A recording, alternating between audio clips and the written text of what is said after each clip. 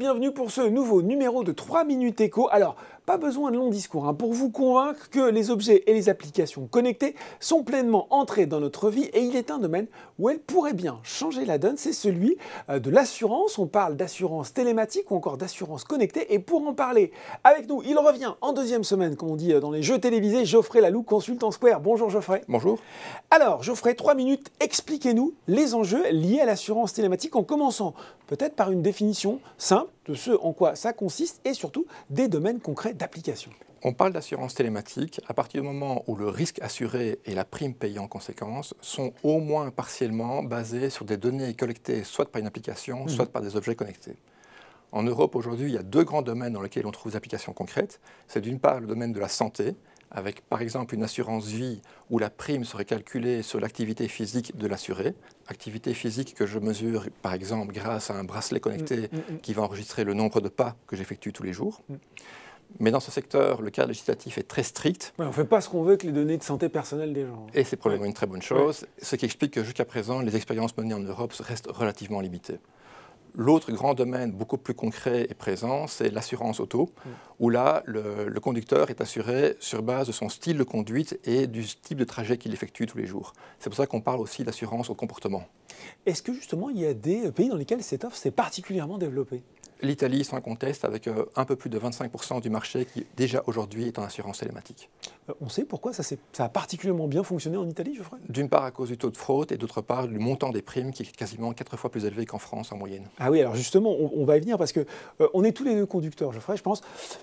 Ça nous arrive de faire des entorses au code de la route, on n'a pas forcément envie d'avoir un assureur par-dessus notre épaule pendant qu'on conduit. Qu'est-ce qui fait que ce type d'offre va être justement jugé attrayante par les conducteurs ? Mais avant tout, la réduction de prime, c'est au minimum moins 10%, ça peut aller jusqu'à moins 30% selon les contrats. Et le côté assureur par-dessus son épaule, il faut rester prudent. En fait, une assurance au comportement est avant tout designée pour récompenser le conducteur qui aura un style de conduite plus prudent que la moyenne statistique. Pour des raisons techniques et juridiques, aujourd'hui, on ne sanctionne pas un conducteur qui aurait un comportement a priori dangereux tant qu'il n'a pas d'accident. Bon, a priori, on est plus là pour récompenser les comportements vertueux. Est-ce qu'on peut imaginer aussi que ce sont ce type de solutions qui seraient capables de séduire des loueurs, peut-être là aussi des vendeurs en leasing ou des entreprises pour leur flotte de véhicules de fonction ? Très certainement. Si vous avez un véhicule connecté en permanence, ça devient difficile d'utiliser votre véhicule de fonction ou votre location pour être chauffeur VTC ou pour livrer des repas à domicile. Bon, alors on voit bien les domaines potentiels d'application. Quand même, et on l'a évoqué, en toile de fond, il y a cette question des données personnelles. À une époque, on parle de GDPR, de protection des données. Est-ce que justement, il y a une réglementation qui garantit le respect de mes droits ? Et finalement, deuxième question un petit peu liée, alors qu'on insiste aujourd'hui sur l'importance de la data et son traitement, est-ce que ces données, c'est une source ou ce n'est pas une source additionnelle de revenus pour les assureurs ? C'est une source de revenus pour les assureurs et les constructeurs. On trouve déjà aujourd'hui des marketplaces dans lesquels certains constructeurs vendent à d'autres constructeurs ou à des assureurs les données collectées par leur flotte de véhicules connectés. Mais ça se fait dans le respect, d'abord c'est anonymisé, et ça se fait dans le respect du GDPR, parce que je rappelle que les amendes en cas d'infraction au GDPR, c'est 4% du chiffre d'affaires annuel.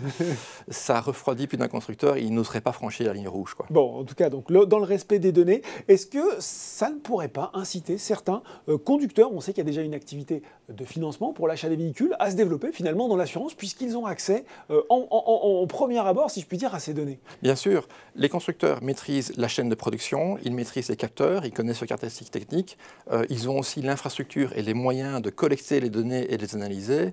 Il ne leur reste finalement plus qu'un partenaire. Ils ont besoin d'un partenaire pour l'aspect purement assurance, mais c'est déjà le cas. Aujourd'hui, vous avez Tesla ou Toyota, pour n'en citer que deux, qui proposent déjà des assurances télématiques sous leur nom à leurs conducteurs. Est-ce que justement, Geoffrey, ça préfigure finalement de quel développement ça préfigure pour l'assurance télématique dans les années à venir?